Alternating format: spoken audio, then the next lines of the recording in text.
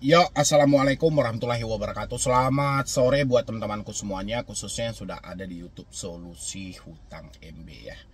Kali ini teman-teman, seperti umuman yang disampaikan oleh OJK, bahwasannya ya, tanggal 31 Juli kemarin, semua pindar resmi ya itu wajib menjadi pelapor slik ya.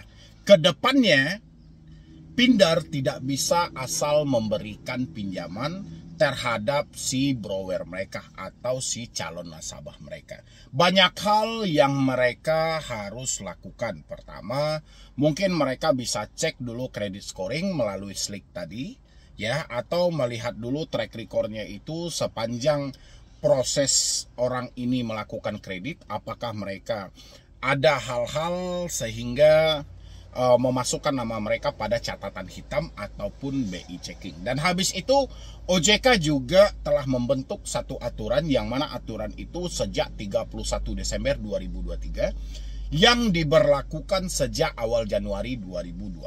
Satu orang cuman boleh meminjam di 3 aplikasi pinjol. Lewat dari itu ya, kalau ada Anda yang meminjam lebih dari 3 sejak aturan itu berlaku, saya rasa ya auto lunas dong. Ya enggak sih?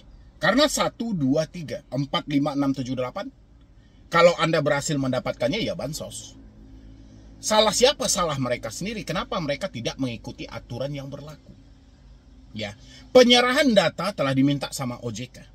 Terhitung sejak 31 Juli 2025, semua pindar wajib menjadi pelapor slik. Ya, apakah sekarang sudah mulai dilaporkan? Kan sekarang sudah masuk di bulan Agustus ini. Ya kan? Apakah pindar sudah mulai melaporkan tentang nasabah-nasabah yang telat bayar, yang macet bayar, gagal bayar, atau gimana gitu loh. Ya kita lihat. Cara melihatnya gampang banget. Teman-teman, Anda yang mengalami telat bayar di pinjol resmi, mungkin sekitaran di awal-awal tahun atau sepanjang tahun 2024. Ada nggak yang mengajukan pinjaman di pinjol per Agustus ini tapi masih cair? Coba isi di dalam kolom komentar. Misalnya, saya pernah bang minjam pinjol di tahun 2024 dan saya benar-benar tidak mampu bayar. Ada 4 aplikasi atau 3 aplikasi dan itu semuanya resmi, semuanya legal semuanya. Tapi saya kemarin mengajukan di ini tapi pinjolnya cair. Ya sudah, itu bonus buat Anda gitu loh. Karena bukan salah Anda lagi, tapi salah dari si pinjolnya. Kenapa masih dicairkan? Aturannya sudah jelas kok. Satu orang maksimal 3 aplikasi pinjol. Jadi nggak ada satu orang yang meminjam lebih dari itu. Ya, jadi teman-teman jangan mau diperbodoh lagi. Dan saya mau bahas soal COJK nomor 19 tahun 2023. Dan sekalian nanti kita juga membahas sedikit penjelasan dari Bos Fintech mengenai dugaan kartel yang terjadi. Ya, karena kan sidangnya masih berlanjut tuh, sidang dari KPPU juga, yang mana menemukan ada 97 pindar resmi dugaan kartel, ada kesamaan bunga 0,8% per hari, walaupun ya yang diberatkan oleh semua fintech adalah AFPI, tapi AFPI-nya malah lepas badan. AFPI bilangin kami tidak ada menyuruh kok. Ya, pokoknya semuanya saling menyelamatkan dirinya masing-masing di dalam persidangan tersebut. Kemarin saya sudah sempat membikinkan videonya, teman-teman bisa ditonton lagi. Yuk, sebelum saya lanjutkan membahas COJK nomor 19 tahun 2023, yang belum mensupport channel ini boleh disupport dulu, boleh didukung dulu, silakan. Yuk, buat teman-teman semuanya. COJK nomor 19 tahun 2023, biar teman-teman paham apa isi dalam COJK itu, mungkin saya ambil penggalan-penggalannya saja. Satu orang cuman boleh meminjam maksimal, ini maksimal ya, bukan minimal, tapi maksimal 3 pinjol. Jadi nggak ada yang lebih ya dalam COJK nomor 19 tahun 2023. Kalau ada teman-teman yang masih mencairkan dana, yang dapat pencairan dana dari pinjol-pinjol resmi setelah COJK ini diaktifkan atau COJK ini diberlakukan, saya rasa jalan satu-satunya hutang Anda ya auto lunas gitu loh. Karena kan OJK sudah menerbitkan, tujuan OJK menerbitkan ini kan demi menyelamatkan pinjolnya. Ya enggak? Dari perilaku konsumtif. Ya kalau teman-teman semuanya berperilaku konsumtif, itu bukan berarti salah Anda gitu loh. Salah dari penyelenggara. Kenapa masih dicairkan? Kan sudah ada semuanya, mulai dari awal 2019 fintech data center sudah diberlakukan. Tujuan fintech data center adalah ya supaya sebelum kita mencairkan dana kepada calon si nasabah, kita lihat dulu bagaimana perjalanan kredit mereka selama ini. Apakah yakin dia bisa membayar hutangnya nanti? Kan itu tujuannya gitu loh. Tapi kenapa pihak pinjol tidak mau melihat hal itu? Ya, habis itu sampai dipertegas dengan POJK nomor 22, ya. Habis itu dipertegas dengan POJK atau COJK nomor 19. Menyampaikan satu orang cuma maksimal 3 pinjol saja. Kenapa ini masih tidak diikutin? Ya, kalaupun ada pinjol nantinya mengalami, kami mengalami kerugian yang pesat. Ada perilaku konsumtif dari masyarakat Indonesia. Perilaku konsumtif masih bisa kita atasi kalau pihak pinjol benar-benar mematuhi aturan yang ada. Jangan aturan itu cuma dianggap sampah. Ya, cuma sebatas formalitas yang tertulis di atas kertas.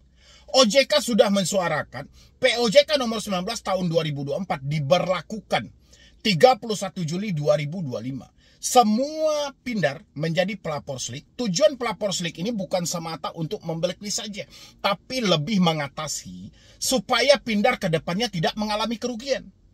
Makanya tadi saya tanya di awal video, ada nggak teman-teman yang misalnya Anda telat sejak tahun 2024? Atau telat sejak awal 2025, mungkin sudah lebih dari batas maksimal. Tapi baru-baru ini pinjolnya masih ada yang cair. Bang, pinjol itu cair kemarin. Pinjol ini cair kemarin. Kalau memang mereka punya BI checking dan slik, otomatis kan nggak cair. Berarti itu bonus aja lah buat Anda gitu loh. Soalnya kalau ditanya ke OJK nggak gubris hal itu. Ya, seperti yang saya sampaikan kemarin, ada di beberapa video saya sampaikan. Satu keluarga terjebak pinjol. Sang ibunya 17 aplikasi, bapaknya 3 aplikasi, anaknya 3 aplikasi. Ketika orang ini melapor ke OJK bukannya kaget, tapi OJK seolah-olah ya menjadi hal yang lumrah saja, menjadi hal yang biasa saja gitu loh. Harusnya kan OJK kaget, loh Bu, ini kok bisa Bu? Sampai 17 aplikasi, sementara kan ini sudah ada aturan. Maksimal cuma 3 loh. Kok bisa ibu bisa dapat 17? Kan harusnya seperti itu gitu ya kan. Tapi karena aturan ini cuma sebatas formalitas saja, untuk menyelamatkan OJK bahwa OJK juga ikut mengatur dalam hal ini, sehingga hal-hal seperti itu tidak diindahkan. Ya, tidak dihiraukan oleh OJK kecuali ada kasus yang viral. Makanya saya bisa mengambil kesimpulan, kalau Anda meminjam lebih dari 3 aplikasi setelah COJK ini dipakai, ya, atau setelah 31 Juli ini, Anda masih mendapatkan pinjaman yang cair, ya itu anggap aja bonus buat Anda gitu loh. Ya, kesalahannya bukan dari Anda lagi, kesalahan dari penyelenggara. Begitu viralnya kok kasus sengaja galbay, kasus tidak mau bayar pinjol, kan viral. Kenapa mereka asal mencairkan dana? Kenapa mereka tidak mau meninjau ulang dulu bagaimana nih track record calon si nasabah ini? Yakin nih ketika duit sudah saya pinjamkan, ketika duit sudah kita kirimkan, yakin nih dia bisa balikan. Kan hal itu yang harus dipertimbangkan dengan matang. Bukan hanya semata data dan segala macam, bukan itu gitu loh. Bukan malah disodorkan dengan debt collector yang menagih dengan cara kejam, bukan seperti itu. Masih bisa diatasi sejak awal kalau pinjolnya serius.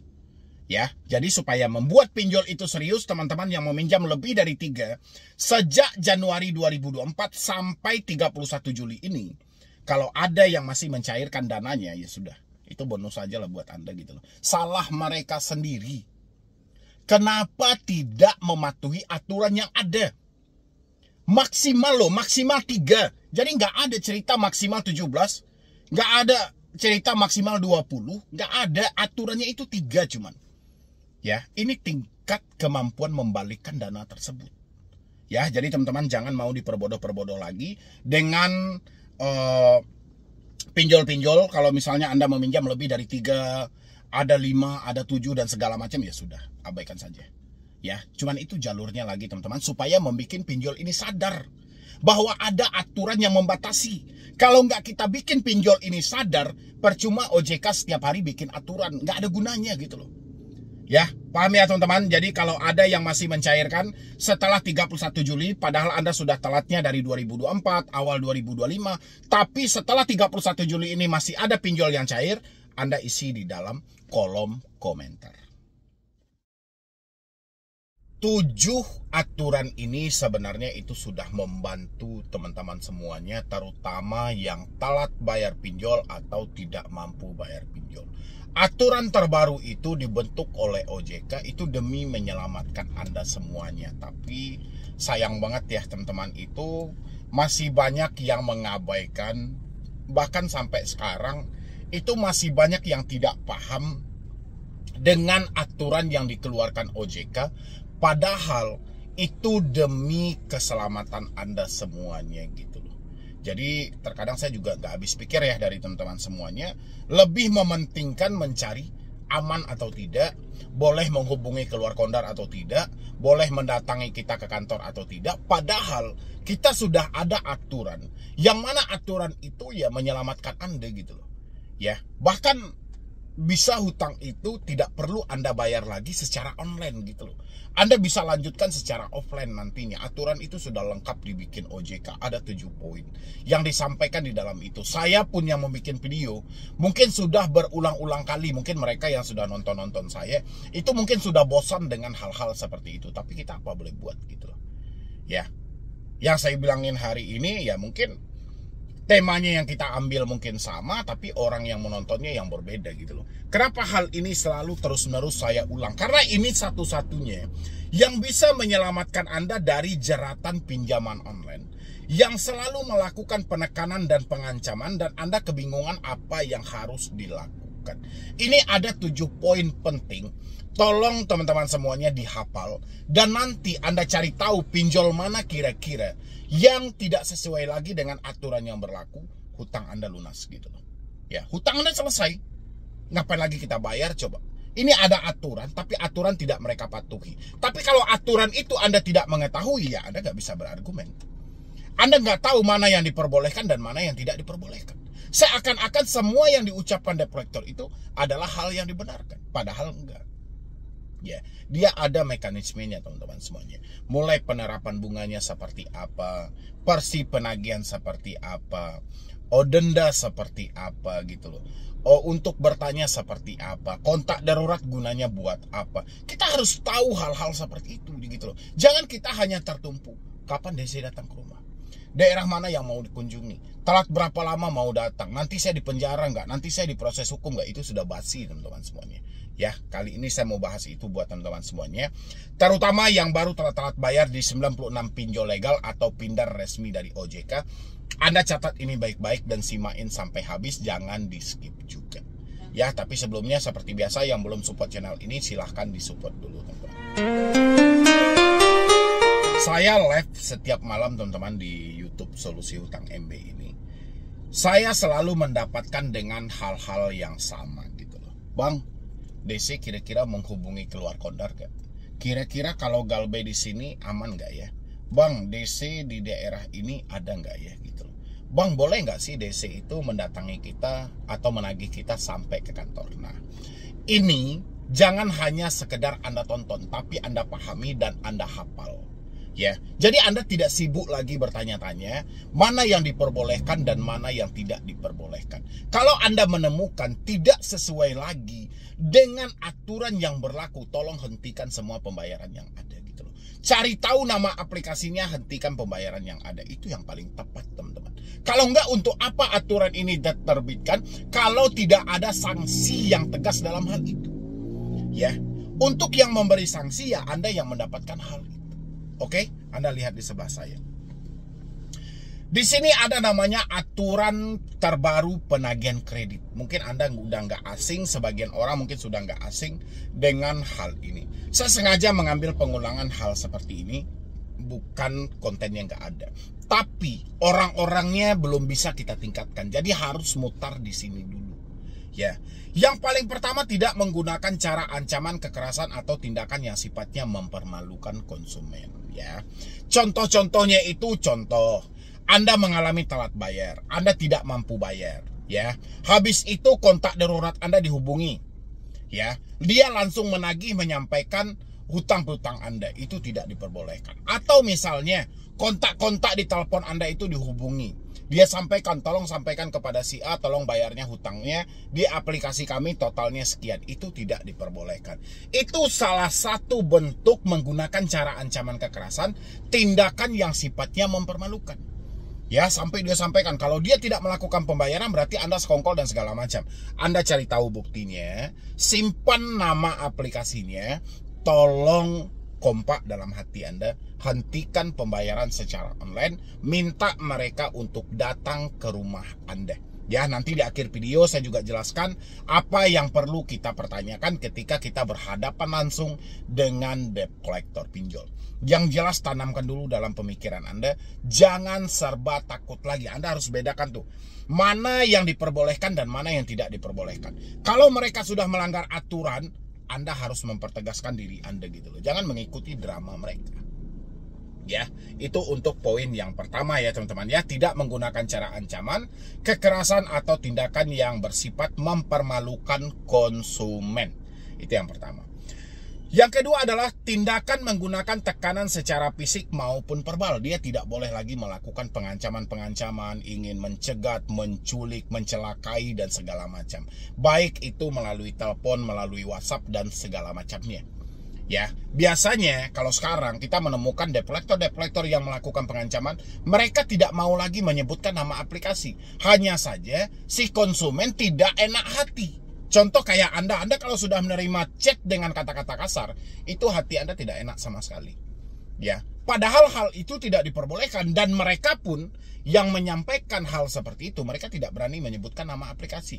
Jadi PR kita adalah bagaimana mereka yang tidak berani menyebutkan nama aplikasi bisa menyebutkan nama aplikasinya. Biar kita tahu kita harus menghentikan pembayaran di pinjol mana. Karena mereka tidak sesuai lagi nih dengan aturan yang berlaku. Ya, kalau nggak aturan ini dibikin buat apa? Kalau nggak kita taati. Kita sebagai konsumen tidak tahu aturan mana yang diperbolehkan dan mana yang tidak diperbolehkan. Si pinjolnya juga tidak tahu dengan larangan yang tidak diperbolehkan. Ya, pinjol tidak mau tahu, kita pun juga tidak tahu. Terus aturan ini buat apa? Makanya saya ingatkan selalu buat teman-teman semuanya, ini aturan sangat bagus dan baik untuk Anda ikuti dan Anda simai, teman-teman. Yang kedua adalah tidak menagih kepada pihak selain konsumen. Nah, inilah yang selalu Anda tanyakan. Boleh nggak pinjol itu menagih kepada kontak darurat? Boleh nggak pinjol itu menagih kepada kontak-kontak? Jawabannya adalah tidak. Ya, di sini ada aturan. Tidak menagih kepada pihak selain konsumen. Ya, selain kepada diri Anda tidak boleh lagi. Mau ke bapak Anda, mau ke ibu Anda, mau ke siapapun. Tidak diperbolehkan. Selain konsumen, siapa yang mempunyai data yang ada di pinjol, itu yang boleh ditagih. Di luar dari itu, orang lain tidak boleh. Jadi nggak ada lagi Anda bertanya, nanti bang, kira-kira dia menagih ke teman kantor saya bang, kira-kira salah nggak itu ya? Sesuai nggak itu ya dengan aturan? Ya jelas itu tidak sesuai. Jelas itu tidak benar. Tapi karena Anda tidak mau tahu dengan aturan ini, akhirnya Anda bingung sendiri. Makanya dengan saya membikinkan video ini, mudah-mudahan ini video yang terakhir saya bikin tentang hal ini, Anda menghafal semua. Ya, mana yang diperbolehkan dan mana yang tidak diperbolehkan. Jangan kita benarkan semuanya. Ya, jangan kita anggap enteng semuanya. Jangan kita selalu membiasakan, biarin aja lah, biarin aja lah. Jadi kebiasaan bagi mereka. Sudah saatnya, ini bulan kemerdekaan kita. Ya, bulan Agustus, Anda juga harus merdeka dong. Kalau tidak sesuai, lawan. Jangan dibiarkan. Tidak sesuai kan dengan aturan yang berlaku, kita lawan semuanya. Ya, kita salah kok dalam berhutang, tapi bukan berarti kita harus dicaci maki, bukan berarti harus kita dipermalukan, bukan berarti hutang kita ini disebarluaskan kemana-mana, bukan berarti seperti itu. Ada mekanisme dalam hal itu yang harus dipatuhi. Ya, ingat ya teman-teman ya, untuk di poin nomor 3, tidak menagih kepada pihak selain konsumen. Untuk poin nomor 4, tidak menagih secara terus-menerus yang bersifat mengganggu. Nah, ini yang teman-teman bilangin. Bang, jam 6 pagi bang sudah mulai menelpon sampai nanti sore. Bahkan berhentinya itu kalau handphone saya sudah kewalahan bang. Handphone saya sudah angkat tangan. Angkat tangannya seperti apa? Baterainya habis. Baru mereka berhenti. Itu tidak diperbolehkan. Coba kalian angkat satu kali, rekam yang mereka menghubungi secara terus-menerus itu. Ya, kan mengganggu Anda itu. Kayak mana kita mau bekerja, kayak mana kita mau berusaha kalau setiap saat telepon mereka berdering. Ya, kita matikan suaranya malah bergetar di dalam kantong kita gitu loh. Jadi serba salah kan. Jadi kalau kita biarkan, handphone kita akan berakhir dengan wafat nantinya handphonenya jadi wassalam gitu loh. Kalau nggak handphonenya terlalu panas akhirnya lowback. Ya, jadi itu tidak diperbolehkan. Tinggal cari tahu nama aplikasinya kira-kira apa nih yang menagih secara terus-menerus tanpa henti. Ini siapa gitu. Ini kan mengganggu pekerjaan kita dalam sehari-hari. Itu untuk poin nomor 4. Jadi jangan Anda tanya lagi, Bang, dia mulai start menagihnya jam 6 pagi, Bang, sampai jam 11 malam, Bang. Boleh nggak kira-kira tuh? Sesuai nggak tuh dengan aturan? Jelas itu tidak sesuai, kan itu sudah mengganggu, ya. Untuk poin nomor 5, teman-temanku, penagihan di tempat alamat domisili konsumen. Nah, ini yang paling banyak ditanyakan. Tadi malam saya live juga banyak ditanyakan. Bang, boleh nggak pinjol itu menagih ke kantor? Bang, boleh nggak pinjol itu menagih ke alamat tempat saya ngontrak sekarang dan segala macam gitu loh ya. Pokoknya di luar dari alamat domisili konsumen itu. Ya jelas itu tidak diperbolehkan. Ke kantor tidak boleh, ke tempat nongkrong nggak boleh, atau Anda tinggal di mes di perusahaan itu juga tidak boleh mereka. Mereka cuma boleh menagih sesuai dengan KTP Anda, alamat tempat domisili Anda itu. Kalau memang domisili Anda sekarang ini ya sudah berada di mes kantor itu, ya dia akan menghubungi Anda dulu, kami sudah di depan dan segala macam. Yang jelas mereka tidak boleh melakukan penerobosan tanpa ada aturan yang jelas. Ya, jadi dilarang melakukan penagihan di luar dari alamat domisili konsumen. Oke, jadi nggak ada lagi ceritanya mereka menagih ke kantor, ke alamat tempat kerja, tempat Anda nongkrong dan segala macam. Itu tidak diperbolehkan, teman-teman. Itu lebih ke sifatnya mempermalukan. Kalau sempat dia datang ke tempat kerja Anda, itu sudah sesuai dengan poin yang awal. Ya, dilarang melakukan penagihan dengan ancaman kekerasan yang sifatnya mempermalukan. Ancaman kekerasannya tidak dapat, mempermalukannya dapat. Kan dia datang ke perusahaan. Akhirnya itu sama aja menyebarluaskan informasi. Ya, 1-2 orang pasti bertanya Anda dari mana, ada urusan apa dan segala macam, terutama security pasti bertanya karena itu tugas dia melakukan keamanan di perusahaan itu. Ya, otomatis itu sudah mempermalukan. Makanya itu tidak diperbolehkan di poin nomor 5, penagihan di tempat alamat domisili konsumen. Jadi nggak ada ceritanya di luar-luar dan segala macam. Habis itu untuk poin nomor 6, hanya pada hari Senin sampai dengan Sabtu di luar hari libur nasional pada pukul 8 pagi sampai 8 malam waktu setempat. Nah, nggak ada startnya itu habis subuh gitu loh. Ya, yang jelas mereka itu mulai menagih itu jam 8 pagi. Ya, jam 8 pagi sampai jam 8 malam dalam waktu kerja. Ya, kecuali dia di hari libur atau hari libur nasional. Itu tidak diperbolehkan. Jadi startnya itu jam 8 pagi dia sudah mulai menelpon sampai jam 8 malam. Gak ada ceritanya habis sholat subuh dia nelpon Anda gitu loh. Jam 6, jam setengah 5, ya sampai jam 11 malam, jam 12 malam. Itu debt collector atau apa gitu loh. Atau mengingatkan Anda buat sholat. Kan aneh juga kalau kayak gitu. Coba sesekali diangkat dan ditanyakan Anda dari mana dan siapa gitu loh. Coba direkam. Kalau Anda sudah tahu nama aplikasinya, simpan buktinya. Ini nggak benar gitu loh. Sama aja udah jadi kayak alarm kan, alarm buat membangunin Anda pagi kan. Itu sudah nggak benar kalau dalam menagih hutang sepagi itu gitu loh. Kita baru bangun tidur antara sadar dan tidak, tiba-tiba orang minta duit. Ya kan lucu gitu loh. Oke teman-teman semuanya, ini untuk poin yang nomor 6 ya. Poin yang nomor 7 adalah untuk penagihan di luar tempat domisili konsumen pada waktu yang diatur di atas hanya dapat dilakukan atas dasar persetujuan atau perjanjian dengan konsumen terlebih dahulu. Nah, jadi bukan tidak boleh dia menagih ke kantor, boleh. Ya, tapi dia hubungi Anda dulu, Bu. Gimana ini? Saya harus menemui Ibu kemana? Apakah saya ke rumah Ibu dulu atau ke perusahaan Ibu? Terus Anda membiarkan. Oh, kalau enggak saya kebetulan berada di kantor. Anda bisa datang di jam sekian nanti dan kita ketemu. Itu melalui persetujuan dengan konsumen dulu. Asalkan hal itu tidak terpenuhi, berarti itu tidak diperbolehkan. Ya, dan aturan ini teman-teman, begitu Anda menonton video saya, ini bukan hanya sebatas konten, tapi ini harus Anda pahami. Dan Anda hafal mana yang diperbolehkan dan mana yang tidak diperbolehkan. Jadi ke depannya, jangan terlalu banyak bertanya, tapi Anda harus banyak mencerna. Mana yang dibolehkan dan mana yang tidak diperbolehkan. Oke teman-temanku, mungkin dari saya cuma itu aja untuk mengingatkan Anda kembali. Dan habis itu juga, ya mungkin dari soal aturan penagihan kredit, Anda sudah paham dan Anda sudah mengerti. Kalau untuk soal ya dari debt collector pinjol yang datang ke rumah, apa sih Bang yang harus kita pertanyakan? Nah ini Anda juga harus catat semuanya teman-temanku. Nah, ini ya teman-teman semuanya. Jadi ketika Anda berhadapan langsung dengan debt collector yang datang ke rumah Anda, mereka wajib membawa 1 ID card, 2 sertifikat tugas mereka, surat tugas mereka. Yang ketiga adalah sertifikat fidusia, yang keempat bukti dokumen debetur wan prestasi. Kelima, salinan sertifikat jaminan fidusia ya, itu yang syarat wajib yang harus mereka bawa. Yang pertama ID card, kedua surat kuasa, ketiga sertifikat profesi di bidang penagihan khusus buat pinjol, dan 2 lagi khusus buat leasing ataupun bank yang kredit mempunyai jaminan. Oke teman-teman semuanya, terima kasih banyak Anda sudah hadir di sini. Saya akhiri dulu dengan assalamualaikum warahmatullahi wabarakatuh.